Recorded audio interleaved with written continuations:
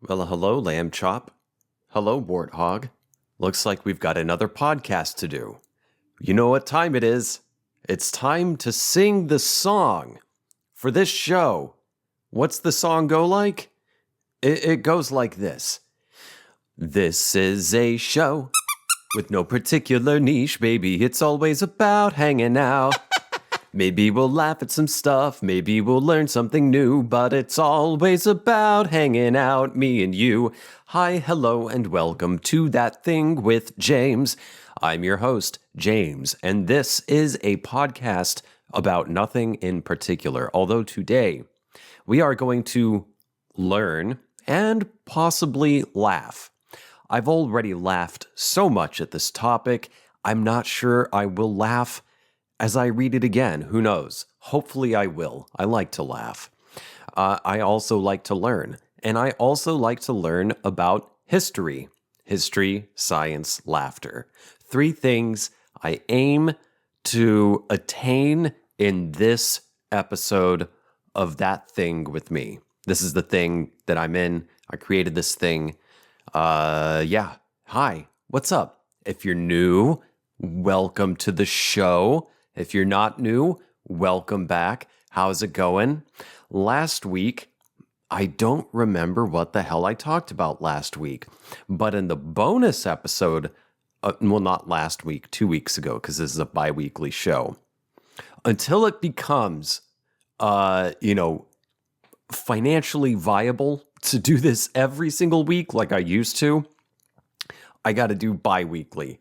Otherwise, I get burned out so fast because I've got so much other stuff on my plate all the time.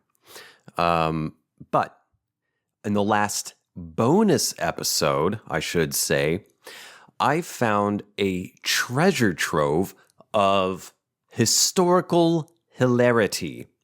What I mean by that is there's a lot of funny stuff that has happened and that is happening, and that will happen in the realm of things that human beings do. Humans are many things, but we're also consistent with the silliness. Whether that silliness is intentional or not, it's to be determined until after the silliness has happened. Often, though, the silliness is unintentional. Point in reference, example, I should say, would be some episodes ago of the free episodes, I covered the Emu War. Emu, what do you pronounce it as? I'm going to say emu. It's got a more, kind of a tone. It's more regal. Emu. The Emu War of Australia. That was covered some episodes ago. If you go back and look on whatever podcast app you're using to listen to this, or even better, on YouTube, so you can see my pretty, albeit currently a bit unkempt, often unkempt, I shave usually once a week, visage. If you don't know, if you're new, if you're not new and you haven't checked it out yet, I have a YouTube channel.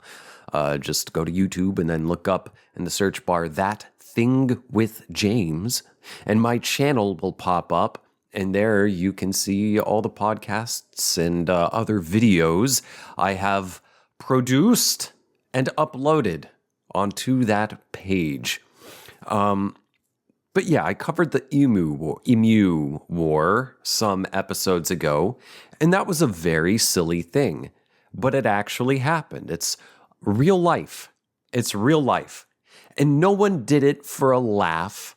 No one went to war with errant emus for an easy guffaw. No, there was a serious problem happening, and it was approached in perhaps too serious of a manner, with trucks and machine guns left over from World War I.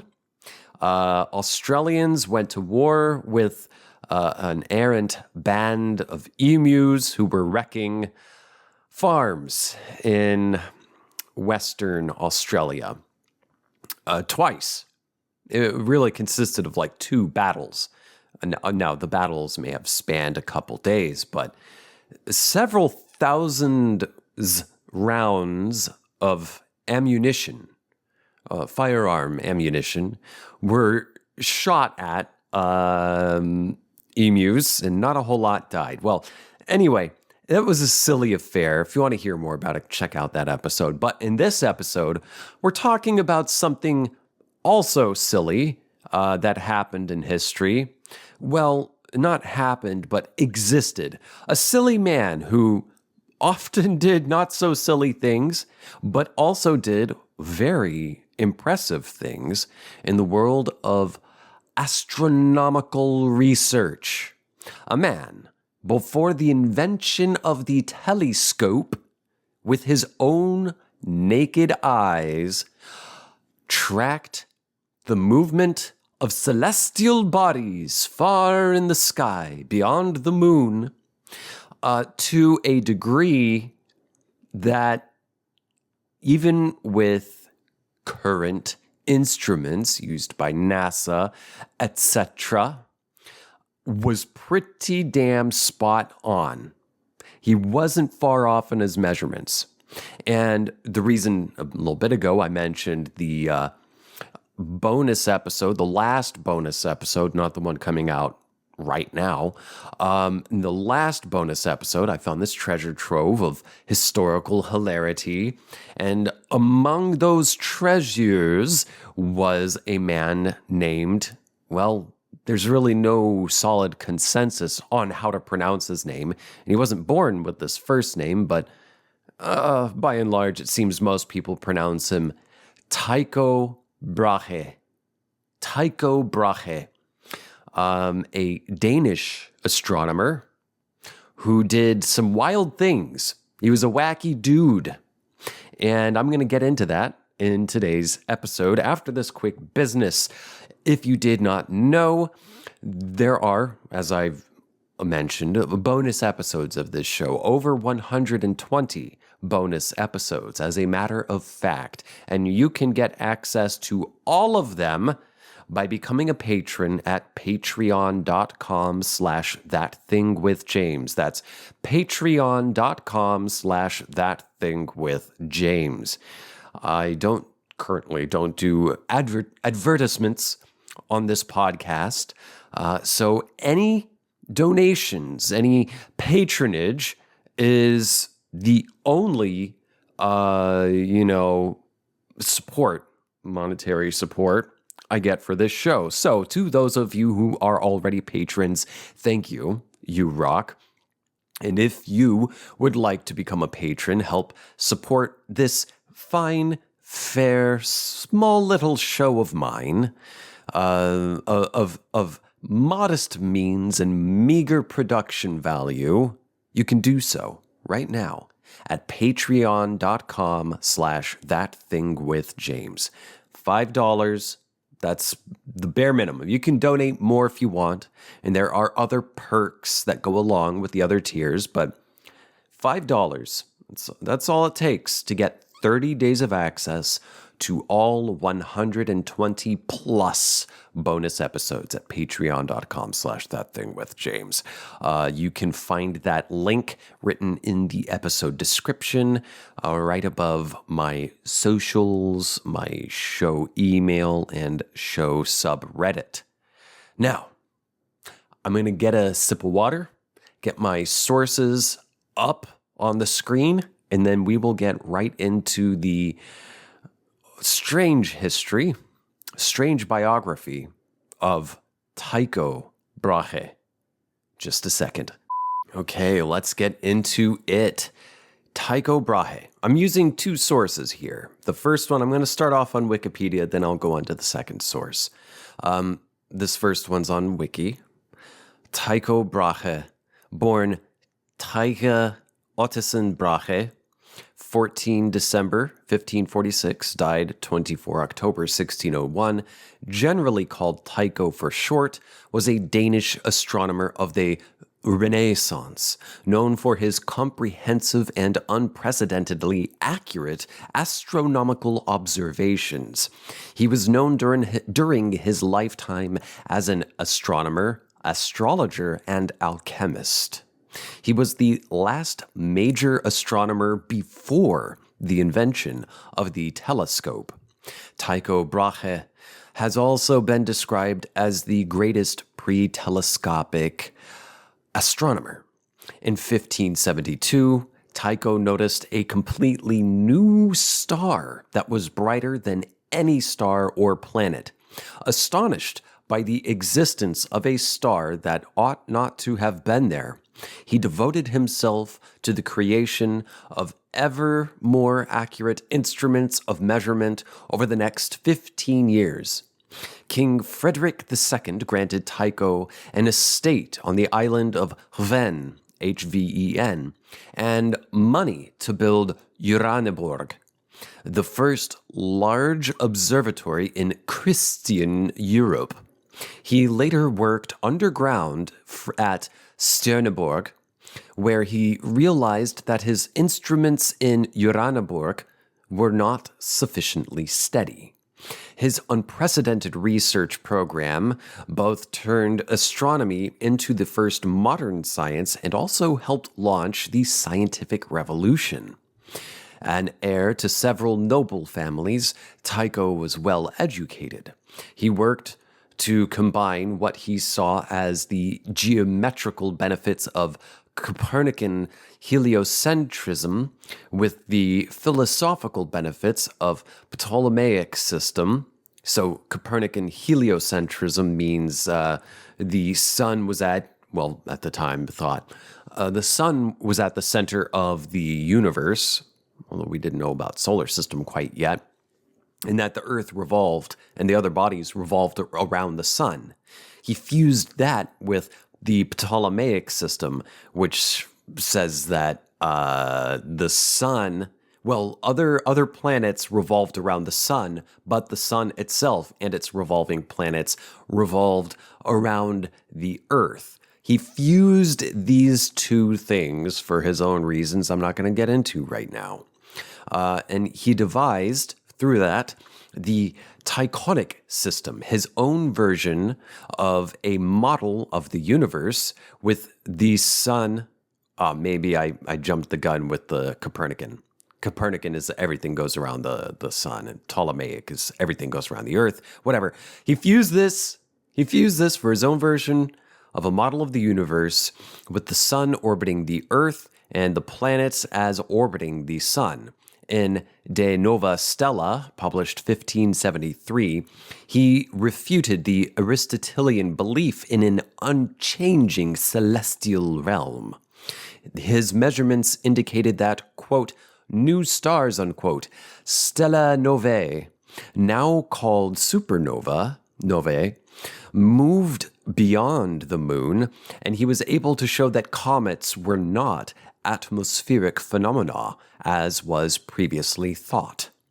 In 1597, Tycho was forced by the new king, Christian IV, to leave Denmark. He was invited to Prague, where he became the official imperial astronomer and built an observatory at Benatick nad Jizero, however you pronounce that. Before his death in 1601, he was assisted for a year by Johann Kepler. If you know any kind of science, you may recognize that name, Kepler, who went on to use Tycho's data to develop his own 3 laws of planetary motion. Kepler went on to influence Newton, so on and so forth. And the sources I'm going to read here don't really get into this, but Brahe and Kepler, I think it started with Brahe, if I remember correctly, had the first kind of loose idea of a gravitational force, of gravity. And one of the things, I don't think it was Brahe. It might have been a contemporary, but one took the they know stuff's orbiting in the cosmos. And at first it was thought that these orbits happened in a perfect circle. Good band. Saw them live once. A perfect circle, but one of these people, and it may have been Brahe, it may have been Kepler, it may have been a contemporary, determined that it was not so much circular as starts with a P. Another Tool song. No, I'm thinking lateralis. Ovular. Okay. So that aside, the Wikipedia article is great and it goes into great detail, but it's not the details I wanted to get into. It goes into great detail about the science, and it's intensely intriguing. And if you are intrigued by science history, I mean, it's right there. You can look it up if you have access to the internet, and I encourage you to do so. But for the purpose of this episode, I want to focus more on the wild life that was Tycho Brahe. And I had to dig through a lot of sources. I actually did some hours of pre-research for this episode. And the best source to serve the purpose that I want to achieve, the goal I want to achieve in this episode, is on this website called www, which means World Wide Web, badassoftheweek.com. And this is the best overview I could find of this guy's life, short of reading an actual biography. Which seems the best source is just books. I mean, of course, books. I was hoping to find something online so I could do this episode instead of having to wait weeks, months to get something from the library and then read through these sources and come up with my own notes and everything. I don't get paid enough to have enough time to do all this. So I'm going to use this website, Badass of the Week.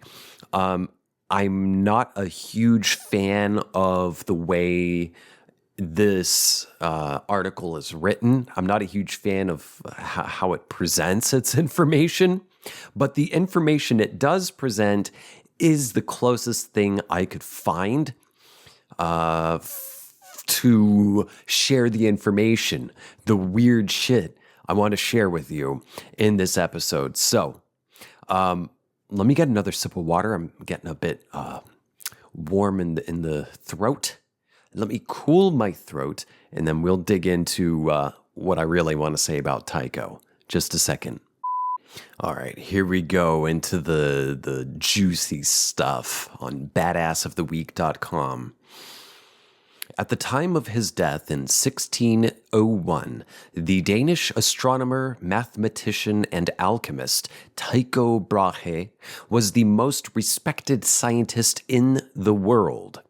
He had devoted his life to the intense study of the stars, observed the passage of hundreds of celestial bodies through the cosmos, coined the word nova, as in supernova, definitively disproved Aristotle's theory of an unchanging celestial realm, and laid the groundwork for what would eventually become Kepler's laws of planetary motion. He also had most of his nose chopped off by a broadsword during a duel with a rival mathematician. He lived on his own private island in a massive castle complete with trapdoors and an army of astronomer henchmen, and a dungeon where he could extrajudicially imprison anyone who pissed him off whenever he wanted. He had a pet moose that got drunk at parties. Yeah, a pet moose.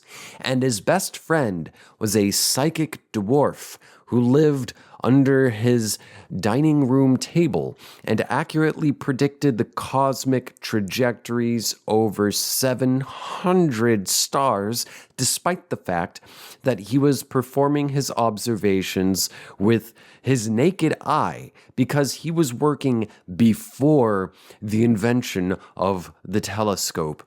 Also, the dwarf thing, I'm sorry, I've tried to look up proper accepted nomenclature now, and I'm confused.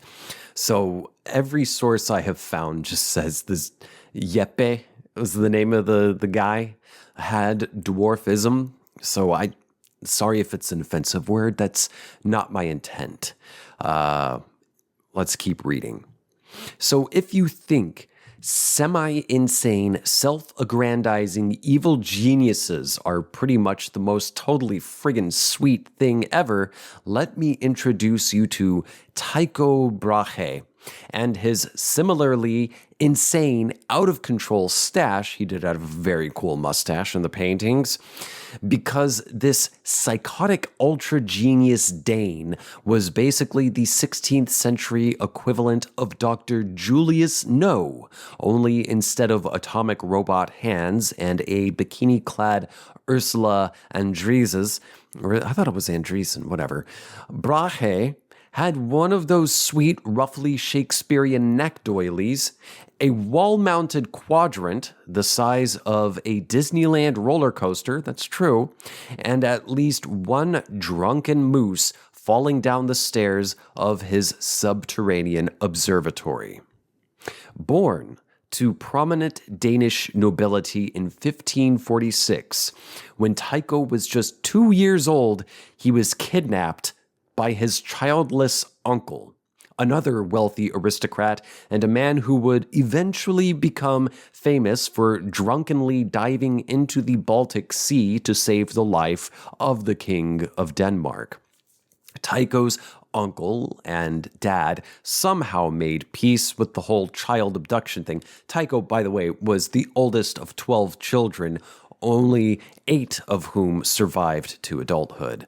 The whole child abduction thing, Tycho was raised by the uncle, and when he turned 13, went off to Doogie Howser it up. Again, I'm not a fan of the way this is written, but it's what's here.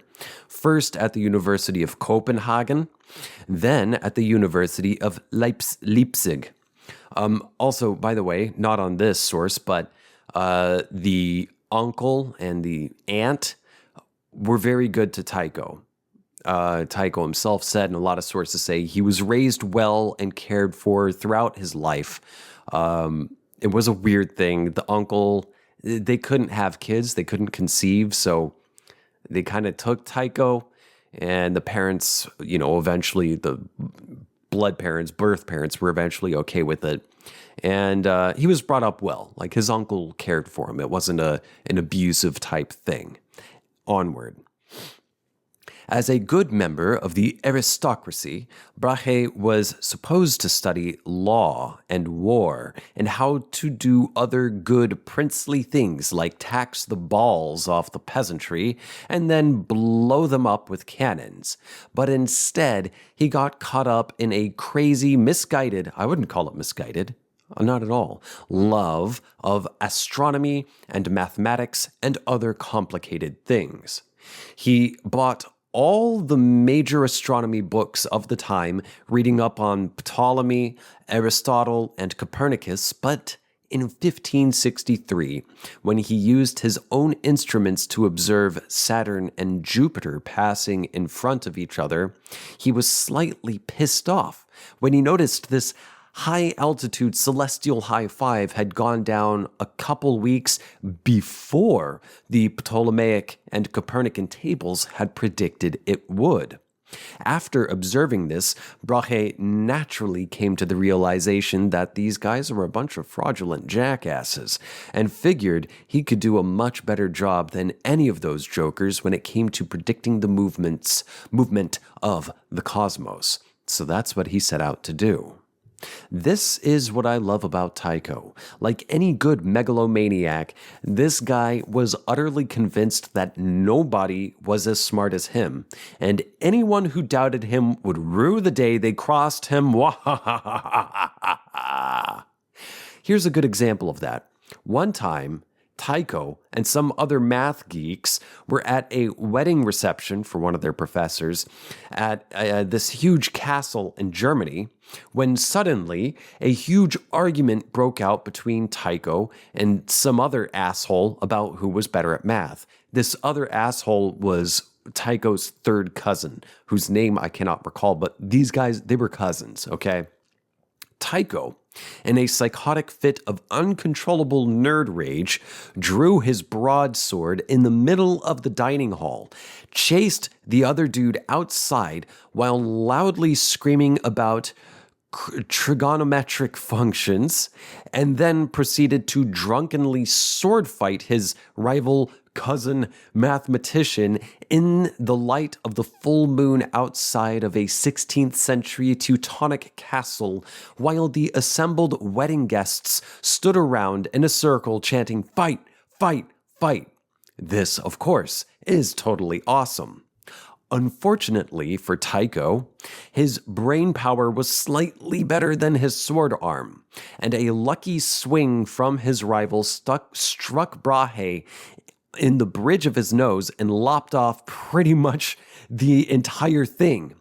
Tycho, never one to let something like being horribly misfigured slow him down, went out and constructed a fake metal nose. He had two, a brass one for the usual wear, and then one made of both gold and silver for finer occasions. And he also developed a special wax ointment type paste that he used to keep this metal prosthetic nose attached to where his nose should have been. The dude had a fake metal nose. Tycho Brahe had a fake metal nose, okay? And in a different source I read about that he was, self-conscious about it because not only that, he lost his nose, and he also had a big, deep scar on his forehead from this duel. And, dueling was a cool aristocratic thing to do. It showed bravery and that sort of thing. But usually if it's like a small scar line on the cheek or something, not having the majority of your nose lopped off. So, yeah, he wore a prosthetic metal nose kept on with his own glue that he made.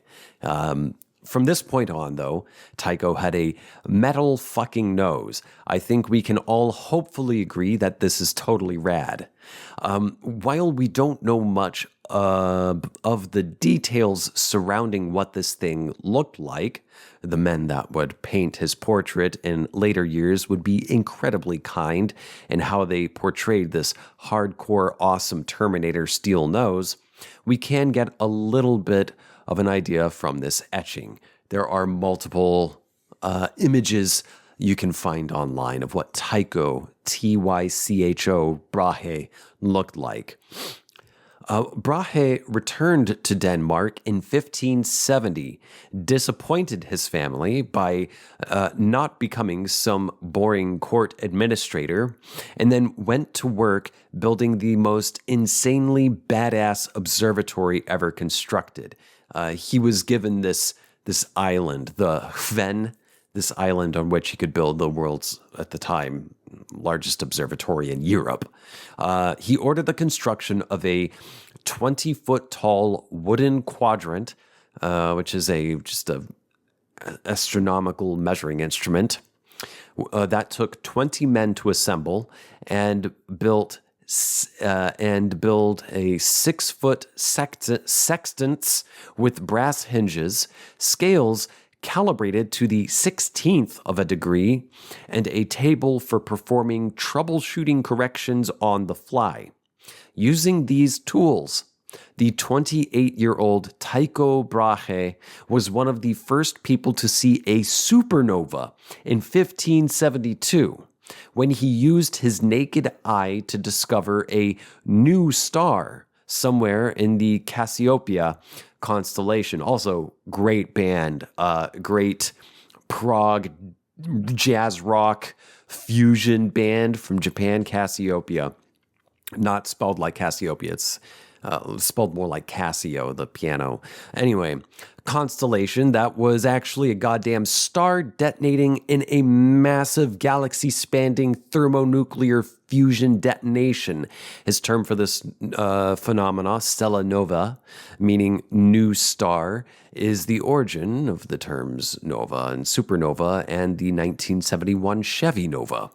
Now, witnessing a supernova or a comet, which Brahe also observed in 1577, was a big deal, because before Tycho Brahe, the scientific world believed two things. Mind you, this is my own note. This is Western science. This is European. This is nothing to say about the Muslim world, the Far Eastern world, China, nor of the Americas. They were discovering things to a wildly accurate degree that you don't hear about so much in American Eurocentric science history. Just something to keep in your back pocket. These people, these rich, wealthy people who lorded over their slave or paupers, they were not the only thing, and they were not all that, and they were not the first to discover these things that they believed they were. Often is the case. Anyway, let's keep reading.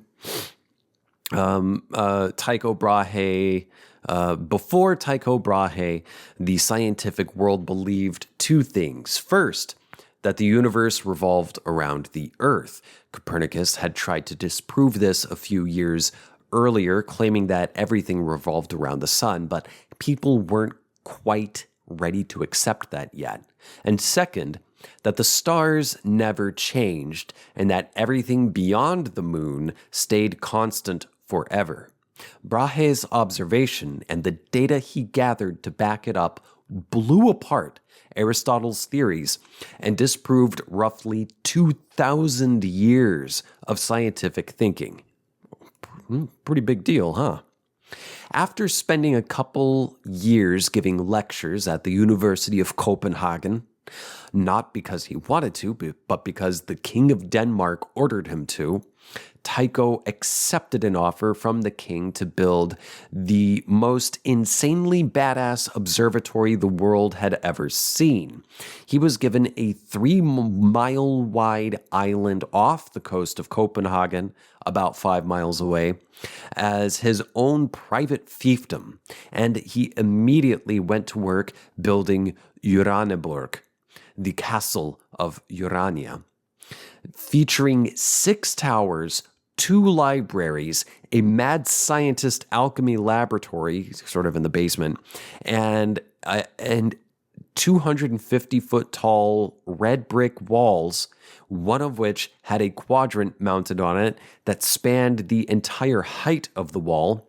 Tycho packed his island fortress lair with hundreds of crazy new astronomical devices that he designed, built, and calibrated himself by hand.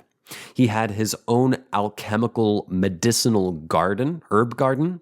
He had his own printing press and the most accurate globe on the planet, a dormitory, housing for his massive staff of astronomers, cooks, and servants, and an ultramax subterranean dungeon complete with torture devices, steel bars, and chains. Next to the castle itself, he constructed a subterranean observatory known as Stjerneborg, meaning star castle, where he kept any measuring tools that could have been thrown out of whack by the wind. From his island lair, Tycho was basically a mad scientist, evil genius commanding an army of henchmen intent on measuring the stars. His castle was full of secret passages that could only be accessed by turning hidden mechanisms, i.e., pull the candle back. All of his team's measurements were kept under lock and key in his private study, and any time one of his astronomy nerds would cross him, Brahe would have that jackass and his entire family bound up in chains and thrown into his personal dungeon without a trial and without regard for the law of Denmark or of the king himself. While his teams worked away collecting data, this hard-drinking, hard-fighting, tenured astronomer would throw huge parties, highlighted by the soothsayings of Brahe's personal psychic dwarf jester named Jeppe, Jeppe, who lived under the dining room table and popped out only to make prophecies. He also had an 800-pound domesticated moose who would get drunk and run madly through the halls of Uraniborg doing moosely things. The moose eventually died when it got hammered on a shit ton of beer and fell down the stairs. So pause, back up, hold on. Let me take a sip of water, just a second. So in the Middle Ages, and especially in the Renaissance, it was common for wealthy royalty and other wealthy enough aristocrats to have in their court a circus. Like they would keep dancers and musicians and jesters, the usual, but they also kept what they believed, what they called oddities, little people, bearded ladies, conjoined twins, and the like. This is real. This is what it was like in the time. In wealthy courts, you could go in and see any number of things you wouldn't really see anywhere else, and the aristocracy loved it. So Brahe, Tycho Brahe, his best friend was this guy, Jeppe, who had dwarfism, and yes, Jeppe was schizophrenic, but he also made predictions that were frequently accurate about events that would occur in the cosmos and events that would happen here on Earth. He could predict accurately deaths, that sort of thing, and he would pop out. And Tycho kept him under the dining table and would occasionally, put some food down and let him eat out of his hand. Inhumane by today's standards, but I mean, that's fucking crazy. Come on. He kept a little person under his fucking table, a schizophrenic guy who made accurate predictions often under his table. And then he also had a pet elk or moose or something who loved beer. And yeah, like the article says, the moose eventually died when it got really wasted and fell down some stairs. Let's keep reading. Using the most accurate instrumentation the world had ever seen, instruments Brahe had invented himself, the astronomers at Uraniborg were able to track the orbits and positions of 777 celestial bodies. Thanks to his painstaking detail and his understanding that he would need to correct his readings for atmospheric refraction, i.e., the Earth's atmosphere changes the trajectory of incoming light, we now know that some of Brahe's readings were accurate to 1/2 of an arc minute, which is a big fucking deal considering that he was doing this in 1570 at a time when we didn't know there were any other planets in our solar system beyond Saturn. He was measuring this shit using his naked eye at a time when tangent, cosine, and sine hadn't been defined yet. The slide rule was 50 years away from being developed. North America wasn't even being scouted for colonies. I mean, the fucking telescope wasn't even invented until 7 years after Tycho's death. But this guy was still tracking the position and movement of damned celestial bodies millions of light years away, and he was doing it with only slightly less accuracy than modern-day NASA technicians. Denmark got a new king in 1597, a warlike arslicker who wasn't particularly interested in this fruity science crap, and Tycho was forced to abandon Uraniborg and get a real job. He traveled Europe for a couple of years, eventually settling in Prague in 1599, where he served as the imperial mathematician, an awesome title, by the way, for the Holy Roman Emperor Rudolf II.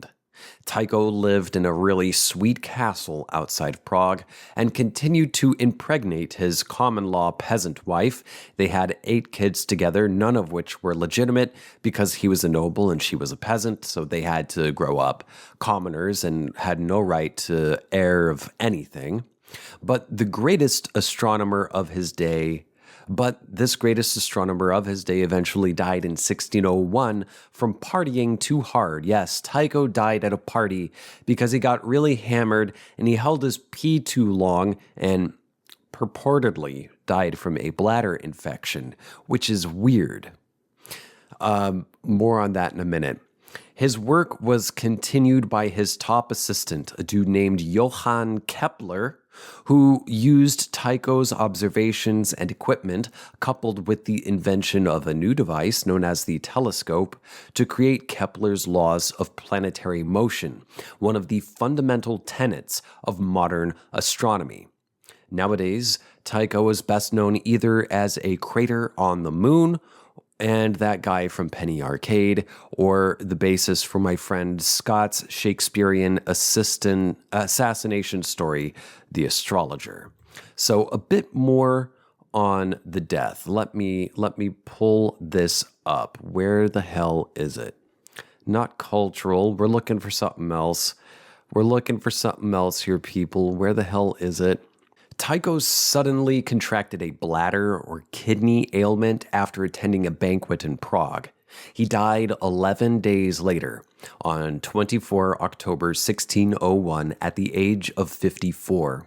According to Kepler's first-hand account, Tycho had refused to leave the banquet to relieve himself because it would have been a breach of etiquette.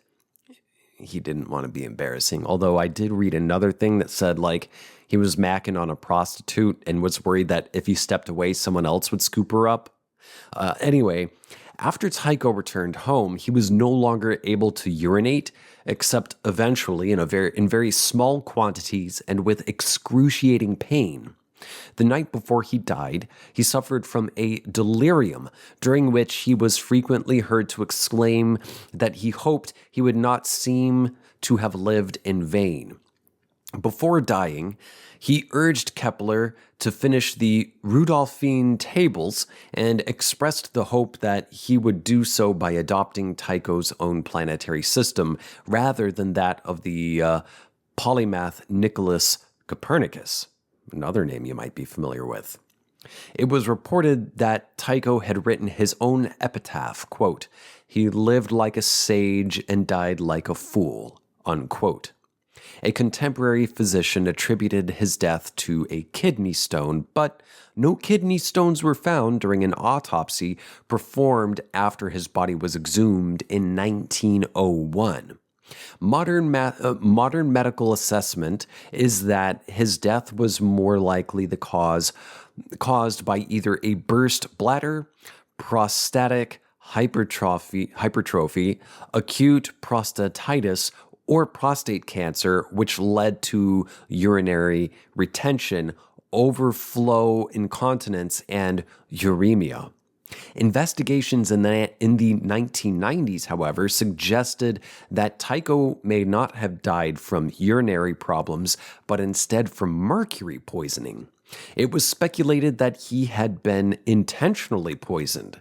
The two main suspects were his assistant, Johann Kepler, whose motives would be to gain access to Tycho's laboratory and chemicals, and his cousin, Erich Brahe, at the order of friend turned enemy, Christian IV. That asshole! Because of rumors that Tycho had an affair with Christian's mother, who, by the way, this wasn't in here, but Tycho sort of accidentally knocked her up, by the way. I forgot about that detail just now. In February of 2010, the Prague city authorities approved a request by Danish scientists to exhume the remains once more. How many times? And in November 2010, a group of Czech and Danish scientists from Aarhus University collected bone, hair, and clothing samples for analysis. The scientists, led by Jens Velev, analyzed Tycho's beard once again. The team reported in November of 2012 that there was not enough mercury present to substantiate murder, and there were no lethal levels of any poisons present. The team's conclusion was that, quote, "it is impossible that Tycho Brahe could have murdered," unquote. The findings were confirmed by scientists from the University of Rostock, who examined a sample of Tycho's beard hairs that had been taken in 1901. Although traces of mercury were found, these were present only in the outer scales. Therefore, mercury poisoning as the cause of death was ruled out. The study suggests that the accumulation of mercury may have come from the precipitation of mercury dust from the air during Tycho's long-term alchemist activities. Tycho was buried at the Church of Our Lady before Tyne in Old Town Square near the Prague astronomical clock, something I would love to see. I would love to go to Prague. I would love to spend at least a month in Prague, just experiencing and recording and writing and sharing it with you. Anyway, that's the wild life of Danish astronomer Tycho Brahe. Thanks for tuning in. I hope you stick around for the bonus episode. You can find it, if you're not already a patron, at patreon.com/ThatThingWithJames. Thanks for tuning in, and I hope to catch you next time. Bye!